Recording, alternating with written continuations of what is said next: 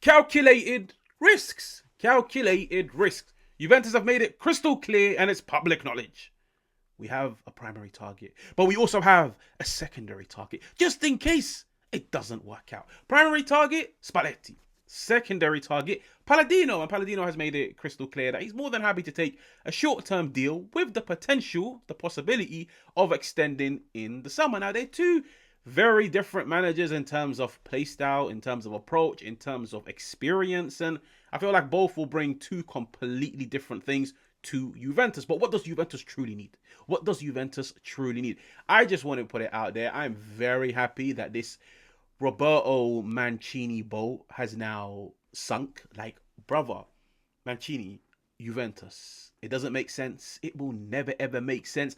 Those two things in one sentence should never make sense, and they never ever have. I don't understand. Like, I've seen people actually petitioning, bring Mancini to Juventus. That is ludicrous, in my opinion. Anyways, we don't need to talk about him. Let's start off with Spalletti. We'll split this video up into two, Spalletti and then Palladino. And also, you guys have been killing it with the likes recently and the engagement. I appreciate it. Anyways, let's start off with Spalletti. I like Spalletti, I'll be honest with you guys. Even though I am going to be honest, I am one of those people that I'm one of those people that tends to favor the more younger coach because I feel like they have a more modern style of play. Even though time has shown me it's not as simple as it may sound. Like, you might be a modern coach, you might have a modern approach, but it doesn't mean you can walk into any institution and implement that and get yourself some results. I know that. There's a lot of factors that play a part in how quick a manager can implement their philosophy. But I am more interested in like the younger managers, the up and coming ones. And there's a reason why I do look at Paladino and I say he will be a very good recruit for Juventus. But having said all of that, I did say we will start with Spalletti. Come on, man. Put some structure into the videos. All right. Let's start off with Spalletti. Spalletti is a good coach. Okay. Spalletti is a very, very, very good coach. If anything, based off what I've been reading online, he's now really coming across underrated. Now, the main talking point, the elephant in the room, is everybody feels like Spalletti is rubbed. He's finished. Why? Because he truly stank it out with the Italian national team. And trust me, Hermano, I saw it in 4K. He stank it out. Now, let me break it down to you guys in a very different way. Think of Hansi Flick. Yeah, trust me. Let's talk some La Liga. Think of Hansi Flick. Hansi Flick was great at Bayern Munich. Leaves, goes to the German national team. Everybody's looking at him and thinking, Hermano, if you can do what you done with that Bayern Munich team into the German national team, we've hit the jackpot. He stank. He stank. Do you guys remember the World Cup and Germany? They stank. My point is, some managers are made for club football. Why? If your system is so rigid and it's so strict and it requires training on a daily basis, it requires you to develop players over the weeks, over the months, like it requires a form of hands-on coaching, which I do put Hansi Flick in that bracket. National team football will never ever make sense. What? You get to see these players, what?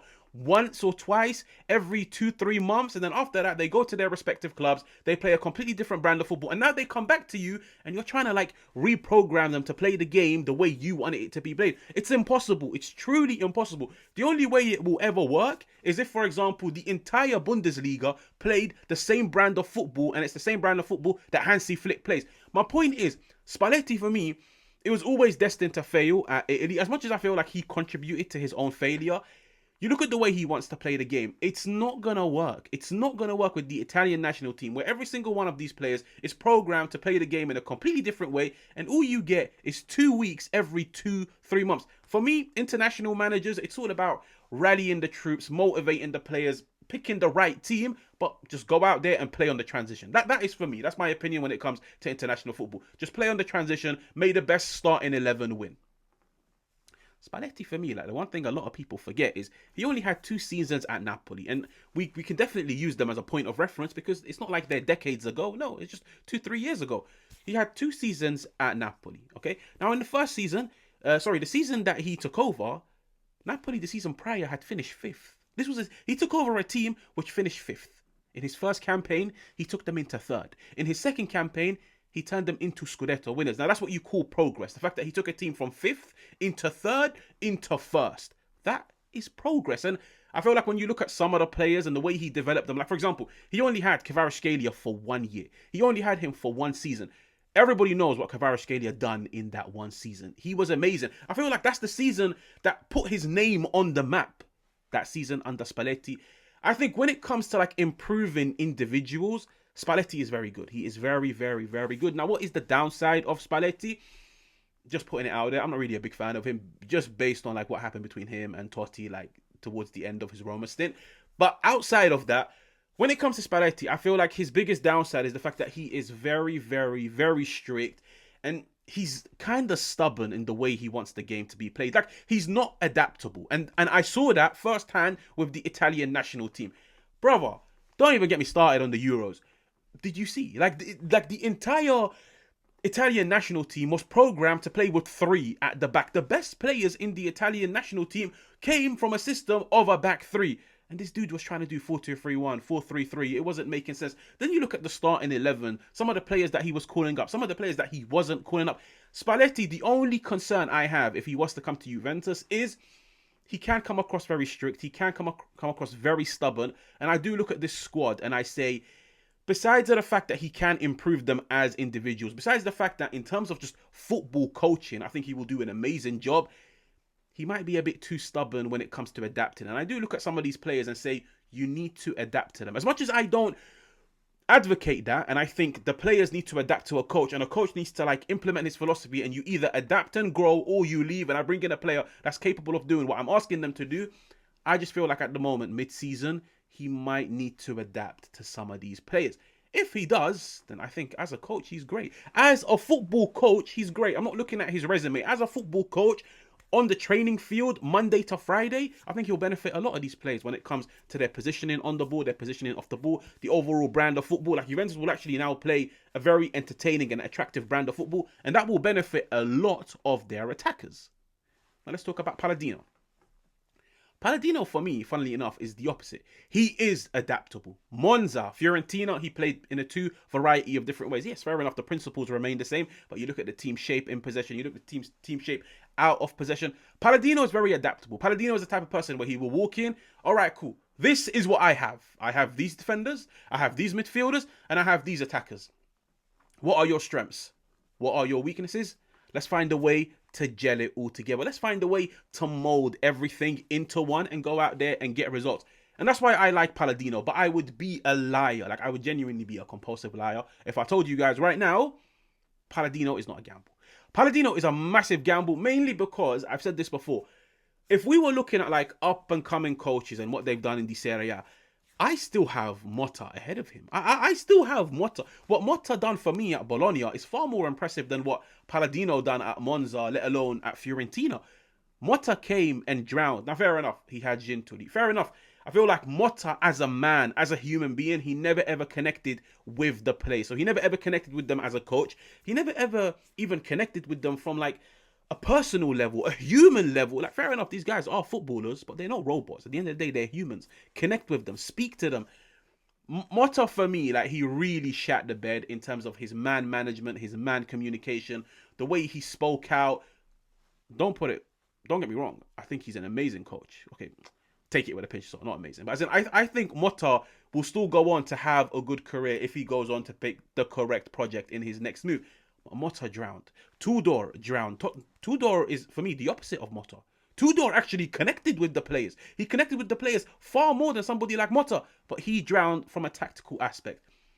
I look at Palladino, and I think in terms of man management, I think he'll be great. I think he will truly be great. Like, I've read online what some of the Monza players have said about him, what some of the Fiorentina players have said about him. I think in terms of man management, he will truly connect with the players. I think tactically, he's definitely good enough. But now we have to sit down and ask ourselves the $1 million question. Can he handle the pressure of the club? Because I've seen this worldwide. Bundesliga, Liga 1, La Liga, Premier League, Serie A. I watch too much football for my own liking and pleasure. But I watch a lot of football. And I've seen so many top players go into teams, can't handle the weight. They can't handle the weight of the badge. They can't handle the pressure. I've seen so many top managers with like such an aspiring career. Like, they have so much potential. They go to a team, they can't handle it. They can't handle it. At Juventus, you have to win. There's none of this. Come in. We'll slowly go from gear 1 into gear 2. And you never know. Maybe next season we will go into gear 3. And you know what? We might dedicate a whole season to gear 3. And then in your third season, we will go into gear 4. No, brother. Over here, you win. Whilst winning, implement your philosophy. Whilst winning, develop these players. Whilst winning, implement your blueprint. Show what you can do. Develop the team. But you have to keep winning on the football field. That's where Motta struggled. Because as much as he was trying to work with these players and improve them, it got stale. And then results went out of the window. Tudor, as much as he tried to connect with these players and improve them, it went stale. The results went out of the window. And it's a shame that I'm only about to mention this towards the end of the video. I think there is a massive microscope now on the players. I think there's a massive microscope. I'm now looking at every single one of them with like a magnifying glass. And I'm looking at them and I'm thinking, listen, Juventus are about to embark on their third manager in 12 months. It's a fact. It's a fact. Third manager in 12 months. This time last year, Motta was here. Tudor came in for about 2 to 3 months. And now the third manager is coming in. So some of you guys, within the space of 12 months, have had 3 different managers. Now, don't get me wrong. That disrupts a lot of things. It disrupts their development. It disrupts their growth. I sympathize with them in that sense. But at the same time, if you couldn't click with Motta, no problem. Tudor's coming. If you couldn't click with Tudor, no. Well, it's not really a problem, but no problem. Spalletti is coming in. If these players stink under Spalletti and some of them don't show serious growth and don't show that they can handle the pressure of playing in the Serie A, playing at the high level, getting results for a team at the level of Juventus, then I'm going to be completely honest with you guys. You can go and get Pep Guardiola and it might not work. And I am petitioning for a massive squad overhaul, but it's not that simple. It's not FIFA. Like, you don't just go in and put every player for sale and then just get a cash injection and go out and sign whoever you want. No, you have to do it season after season, transfer window after transfer window. I'm watching a lot of these players. If Spalletti was to come in, even if Paladino was to come in, I'm looking at a lot of them and I'm thinking, listen, you stank under Motta. You stank under Tudor. If you stink under Spalletti, there's no way in hell I'm going to keep turning around and fight in your corner and saying, you know what, they're good players. It's just the formation. They're good players. It's just the principles. They're good players. It's their teammates. They're good players. It's the pressure. Hell no. Stand up, be accountable, and put up your hand and say, listen, I might not be good. If that's the case, we can sell you and we can bring somebody else. Make sure to like, make sure to subscribe, and I will catch you guys on another one.